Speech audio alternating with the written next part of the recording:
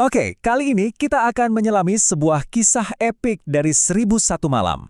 Sebuah cerita tentang pengkhianatan, pengasingan, dan takdir seorang pangeran yang kehilangan segalanya, namun kembali untuk merebut apa yang menjadi haknya. Kisah kita dimulai di samping ranjang seorang raja yang sekarat. Coba bayangkan, di saat terakhirnya ia memberikan sebuah peringatan yang sangat serius kepada putranya yang masih sangat muda. Kata-kata inilah yang nantinya akan membentuk seluruh perjalanan hidup sang pangeran.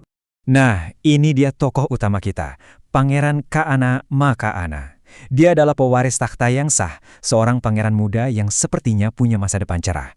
Tapi, dunianya akan segera hancur berkeping-keping. Di usia yang sangat muda, jalannya menuju tahta sepertinya sudah sangat pasti. Tapi, seperti yang sering terjadi dalam kisah-kisah besar, takdir, dan tentu saja intrik istana punya rencana yang sama sekali berbeda. Dan begitu saja, tepat setelah sang raja wafat, sang pangeran muda langsung disingkirkan.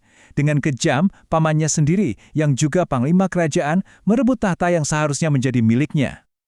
Kejatuhannya benar-benar cepat dan brutal. Coba bayangkan, dari seorang pewaris tahta yang dicintai semua orang, ia mendadak jadi orang buangan di istananya sendiri.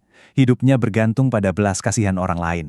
Seolah itu semua belum cukup, pukulan terakhir datang, dan ini yang paling menyakitkan. Raja Sasan yang baru melarangnya untuk bertemu dengan Kodafakana, cinta sejatinya. Nah, inilah yang mendorong pangeran muda kita ke titik puncaknya. Jadi, dengan hati yang hancur dan merasa terhina, pangeran yang baru berusia 17 tahun itu memutuskan untuk melarikan diri dari Baghdad. Ia memilih hidup dalam pengasingan di alam liar. Tapi jangan salah ya, justru di alam liar inilah sang pangeran ditempa kembali.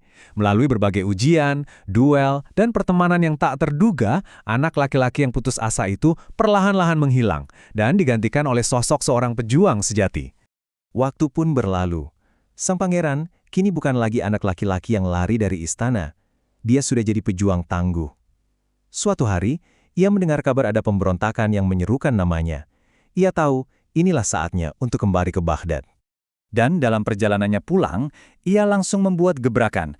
Ia sendirian loh menghadapi dan mengalahkan bandit paling terkenal, Kahradas, bersama seluruh krunya yang berjumlah 100 orang. Nah, tindakan keadilan inilah yang langsung membuatnya jadi legenda di mata rakyat jelata. Tapi di sisi lain, ini juga menjadikannya ancaman yang sangat menakutkan bagi sang perampas tahta, Raja Sasan. Sementara itu di istana, Raja Sasan mulai panik. Rasa paranoidnya membuatnya melancarkan berbagai upaya pembunuhan, dan setiap rencana yang dibuat jadi semakin licik dan berbahaya dari sebelumnya. Tapi, luar biasanya semua rencana itu gagal total. Entah karena kehebatan sang pangeran sendiri dalam bertarung, atau berkat peringatan rahasia yang dikirim oleh kekasihnya, Putri Kodafakana, yang mempertaruhkan segalanya dari dalam istana. Karena sudah kehabisan akal untuk membunuh keponakannya yang makin populer, Raja Sasan mengambil langkah yang sangat putus asa. Dia menyatakan perang terhadap Kekaisaran Romawi dan memaksa seluruh keluarga kerajaan untuk ikut ke garis depan. Rencana ini tentu saja menjadi bumerang yang luar biasa. Mereka kalah telak dan seluruh keluarga kerajaan, termasuk Raja Sasan sendiri, sang pangeran, dan sang putri, ditangkap dan dibawa dalam keadaan terbelenggu di hadapan komandan musuh, Raja Rumazan. Oke, bayangkan suasananya. Mereka semua berlutut, menghadapi kematian yang sudah di depan mata. Pedang Algojo sudah terangkat. Tiba-tiba, teriakan seorang pelayan menghentikan segalanya. Rahasia besar apa yang bisa mengubah jalannya sejarah dua kerajaan ini? Ternyata, seorang pelayan bernama Marjanah maju dan mengungkapkan sebuah rahasia yang mengejutkan.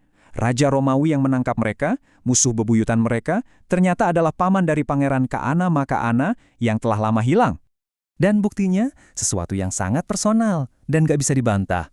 3 buah permata putih yang identik. Ternyata, setiap anak dari Raja Umar An-Nu'man diberi 1.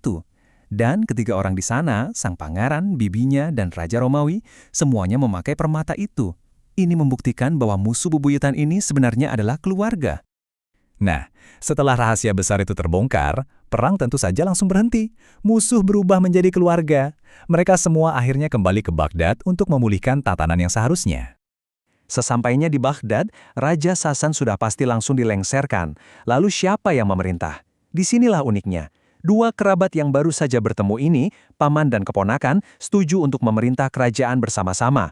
Dan akhirnya, setelah semua penderitaan itu, perjalanan pahlawan kita sampai di akhir yang bahagia.